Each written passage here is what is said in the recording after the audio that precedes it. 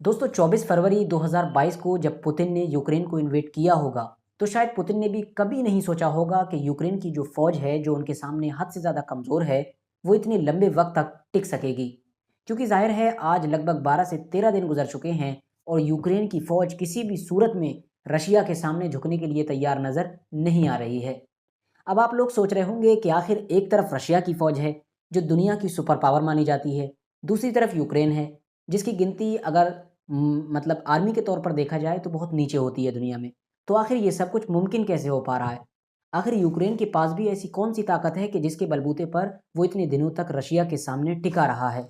तो वैसे तो इसके पीछे कई रीज़न हो सकते हैं, लेकिन इस वक़्त तक एक्सपर्ट्स जिस चीज़ को सबसे मेजर फैक्टर बता रहे हैं, वो है यूक्रेन का एक हथियार। एक ऐसा हथियार कि जो रशिया का मुकाबला कर रहा है। अब वो हथियार क्या है? वो है ड्रोन। एक ऐसा ड्रोन कि जो यूक्रेन की गवर्नमेंट ने अभी कुछ वक़्त पहले ही टर्की से खरीदा था। आप में से ज़्यादातर लोग जानते ही होंगे और जो नहीं जानते हैं, उनको मैं बताता चलूँ कि टर्की के पास ऐसे ड्रोन हैं यानी उसने ऐसे ड्रोन बना लिए हैं अब कि जो दुनिया के सबसे खतरनाक ड्रोन माने जाते हैं। इस वक़्त टर्की को ड्रोन टेक्नोलॉजी के मामले में सबसे ऊपर माना जाता है और वही ड्रोन यूक्रेन और रशिया की जंग में बहुत ज़्यादा कारगर साबित हो रहे हैं। दरअसल दोस्तों हुआ ये कि 26 फरवरी 2022 को यूक्रेन की आर्मी की तरफ से एक वीडियो सोशल मीडिया पर वायरल की गई। ये एक ऐसा वीडियो था कि जिसने पूरी दुनिया को हैरान कर दिया। क्योंकि भाई दुनिया भी पुतिन की तरह यही सोच रही थी कि जब रशिया ने अटैक कर दिया है तो बहुत जल्द ही रशिया यूक्रेन को कवर भी कर लेगा। मगर हुआ ये कि 26 फरवरी की जो वीडियो आई उसने सब लोगों के जो आइडियाज़ थे वो बदल कर रख दिए।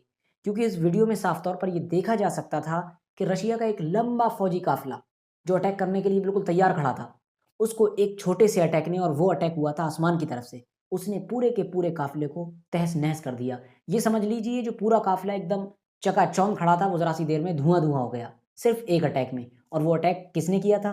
वो अटैक यूक्रेन की आर्मी ने किया था उसी टर्किश ड्रोन से। अब आप सोच सकते हैं वो कितना खतरनाक था। तभी लोगों को ये आइडिया लगना शुरू हुआ कि हो ना हो ये कोई खतरनाक हथियार है और बाद में ये खबर वायरल हुई फ़ौरन कि ये टर्किश ड्रोन है। 26 फरवरी के बाद से लगातार ये बिल्कुल नॉर्मल हो चुका है कि हर दिन कोई ना कोई यूक्रेन की तरफ से ऐसी वीडियो आती है कि जिसमें वो ये दिखाते हैं कि हमने टर्किश ड्रोन की मदद से रशिया के कभी फ़ौज की कई गाड़ियाँ ख़त्म कर दी, कभी कहीं पर उनके पूरे काफ़िले को जला दिया, कभी कुछ कर दिया, कभी कुछ कर दिया। यहाँ तक कि आपको जानकर हैरानी होगी कि यूक्रेन की आर्मी ने इसी ड्रोन की मदद से जो रशिया की एक सप्लाई ट्रेन थी बहुत लंबी सप्लाई लाइन वाली, पूरी की पूरी जलाकर राख कर दी। अब आप सोचिए ये कितना खतरनाक है। दोस्तों अब अगर बात करें इस ड्रोन के फीचर्स के बारे में तो मैं आपको बता दूँ कि ये एक ऐसा ड्रोन है कि जो बहुत ज़्यादा नीची सतह पर उड़ने में सक्षम माना जाता है। यानी ये ड्रोन ज़मीन से इतनी कम डिस्टेंस पर उड़ सकता है कि जितने कम डिस्टेंस पर दुनिया के जो और देशों के पास ड्रोन है वो नहीं उड़ सकते हैं। इसके साथ-साथ जो और भी एक सबसे ख़ास फ़ीचर है इसका जो सबसे स्पेशल माना जाता है, वो ये है कि ये ड्रोन दुश्मन को जल्दी नज़र नहीं आता है और यही इसकी सबसे बड़ी शायद ताकत भी है।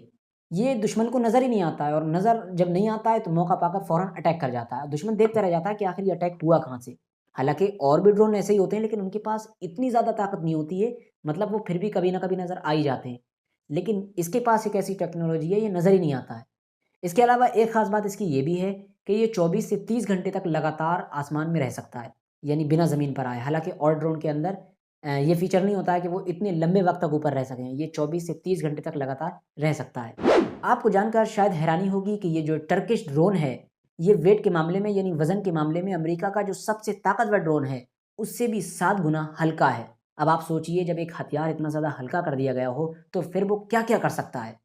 इसके अलावा आपको बताता चलूँ कि यूक्रेन ने ये दावा किया है कि उसने सिर्फ़ इसी ड्रोन की मदद से यू रशिया का कुछ ही दिन के अंदर लगभग 5 करोड़ डॉलर के करीब नुकसान कर दिया है। यानी उनके जो हथियार बर्बाद किए, उनकी आर्मी बर्बाद की, उसके अलावा उनकी बहुत सारी गाड़ियाँ, ट्रेन और उनके जो भी चीज़ें सप्लाई होती होंगी खाने-पीने की, सारा खर्चा जो था मिलिट्री का वो लगभग 5 करोड़ डॉलर का ये लोग उनका नुकसान कर चुके हैं, रशिया वालों का, सिर्फ़ और सिर्फ़ ड्रोन टेक्नोलॉजी की मदद से।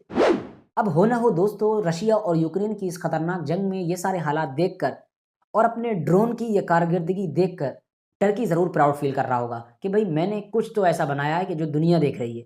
हालाँकि दोस्तों ये पहला मौका नहीं है कि जब टर्किश जो ड्रोन है वो इतना ज़्यादा पॉपुलर हुआ है। टर्किश ड्रोन पहली बार जब दुनिया के सामने आया था वो पिछले साल की बात है। पिछले साल जब अर्मीनिया और अज़रबैजान में युद्ध हुआ था, तभी पहली बार दुनिया ने जाना था कि भई ड्रोन के मामले में अब टर्की का कोई भी मुकाबला करने वाला नहीं बचा। क्योंकि उस जंग में जो तबाही मचाई थी, अर्मीनिया की फ़ौज देखती रह गई थी।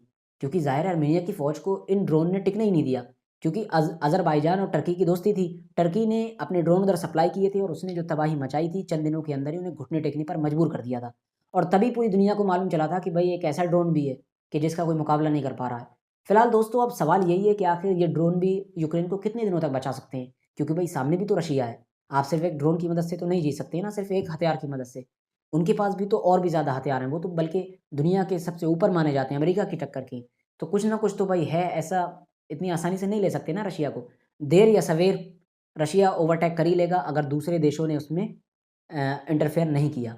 फिलहाल आज की अपनी वीडियो को हम यहीं पर ख़त्म करते हैं। वीडियो पसंद आई हो तो लाइक कर देना, चैनल को सब्सक्राइब कर देना और इसी तरह की अगर आप चाहते हैं कि आगे भी आपको वीडियो मिलती रहे तो साथ ही में बेल आइकन को ज़रूर प्रेस कर देना सब्सक्राइब करने के बाद में।